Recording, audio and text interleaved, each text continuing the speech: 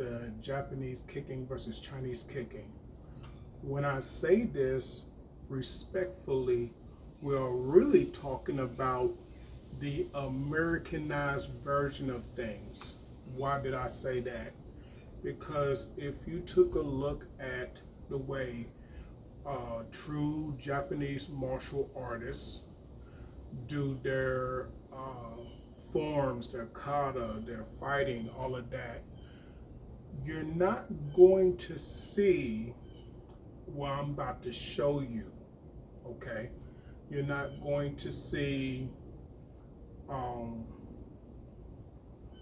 what I like to call the perversion of martial arts, because once it came over to America, once they decide, certain people decided that we should learn the true nature of a certain skill or whatever, you got a lot of not just perversion, but you got a lot of missing ingredients, you got a lot of poisoning, you got a lot of downturn. So now what you'll have is you have these martial art teachers who are doing their job, doing the good work, but they cannot explain to you why things are the way they are. They cannot even give you the understanding or the concept of why things are the way they are. So often enough times, not only does the teacher get frustrated, but the students get frustrated, students quit, teacher has to start over again and find new students. You know, ones that probably won't ask all the questions, right?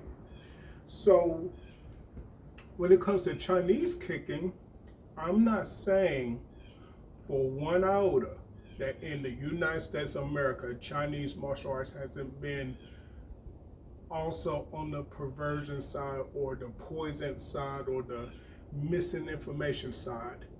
I won't ever say that. I will say, however, if I was going to take the representative of an American Japanese form of kicking, which is also in Taekwondo, your ATAs, all of them, and I was to take the Chinese route, you know, even if it was the American stylized way, you're still going to get two different ideas. Let me show you what I'm talking about. So right here, and I don't have a whole lot of space to work with, so just indulge me if you will. If I was to do a lead leg front kick, and when it's taught a lot of times in Taekwondo, Japanese martial arts, whatever, they're taught in chambers. They're taught in chambers. It's more like a 1, 2. That would be the front kick. 1, 2.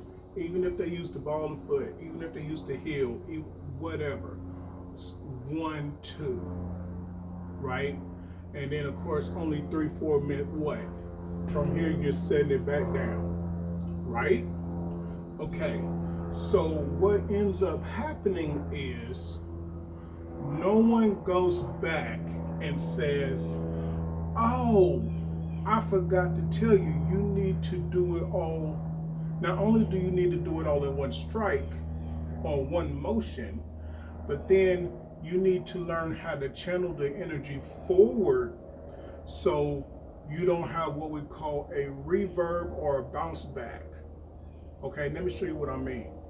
So I would be right here and I would do 1, 2, and I'm already bouncing. 1, 2, I'm already bouncing. And I'm not disrespecting anybody so much as if you was to go to any of these martial arts schools, what would you see? You see a whole lot of kids and adults. You see everybody sparring. They will hit each other and they'll fly backwards. Every single time. You've seen it before. All of you seen it before without fail. So this ain't gonna give, right? This is tough, steel. Well, it's probably like more closer to aluminum steel, right? So if I'm now side kicking this, right? And I do a Japanese kick way. 1, turn it. 2, I'm bouncing off. Why am I bouncing off with this technique too? The whole point of why there's a bounce off is the chambering. So here's the question. If I can find a way to eliminate the chambering, can I get a good kickoff? Would that be the answer to the question? If I just eliminate that part? So let's find out. If I was to do Chinese kicking, there's something you got to know, and I'm going to break this down. See, Chinese kicking ain't going to do, let me do the front kick for example, 1, 2, right? There's not going to be a chambering from there. Why? Because 1, our knees are already bent to where even if you don't see it, my knee is already bent. That's already the chamber. I don't have to pick it up to re-chamber again. So where a lot of martial artists, especially in the South, I'm in Arkansas, especially in the South, they'd be doing the lock and loaded method, right? Then in this case, I don't have to go that route, right? My leg is already bent, I'm focused, I'm ready. When I kick, it's just 1. And I'm not bouncing back. The only bounce back you actually, the only me going back you actually see is the fact that I'm kicking a steel. Ain't nobody watching that shit. People do. Watching that. People do. For real? Yeah. How many views you got? Actually, I'm up to 800 on subscribers, but that's only because I started over like 5, 8 times. You know, to be honest, 800 really a lot. And I was really just talking shit, but I support you, my nigga. Dude. Do your shit. You could be out here robbing me. You stay up, all right? You too, man.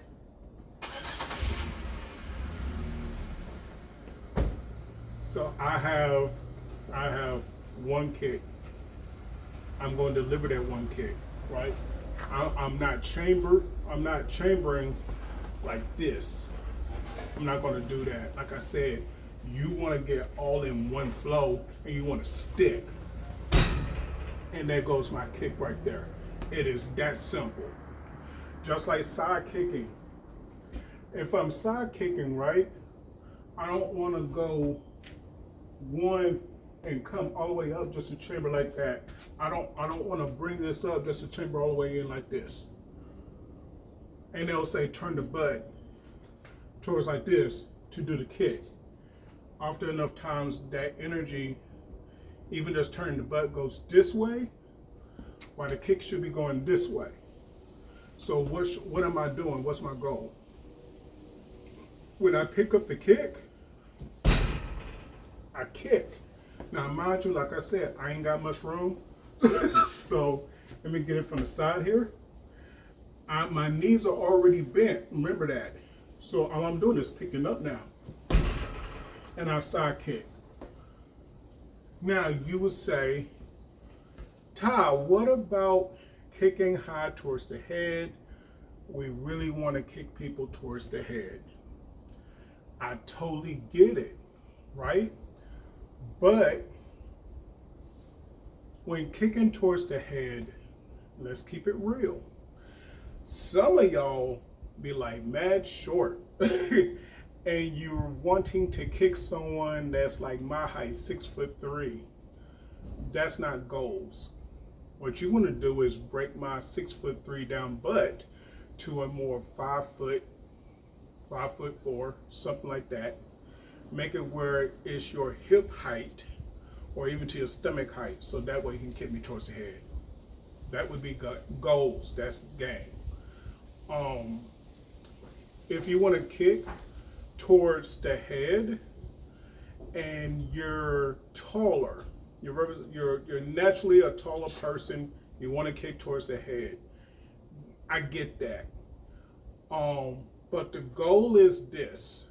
One, we want to kick an opponent, put all of our energy into them. We are not wanting to bounce back. We don't want reverb. We don't want none of that. All of our energy here, out. Not doing like a taekwondo karate, turning the butt, side kicking, wondering why people bounce back. That's not the goal. When front kicking, you don't want a chamber, big kick, and now you're bouncing back. You want it or stick. That's game.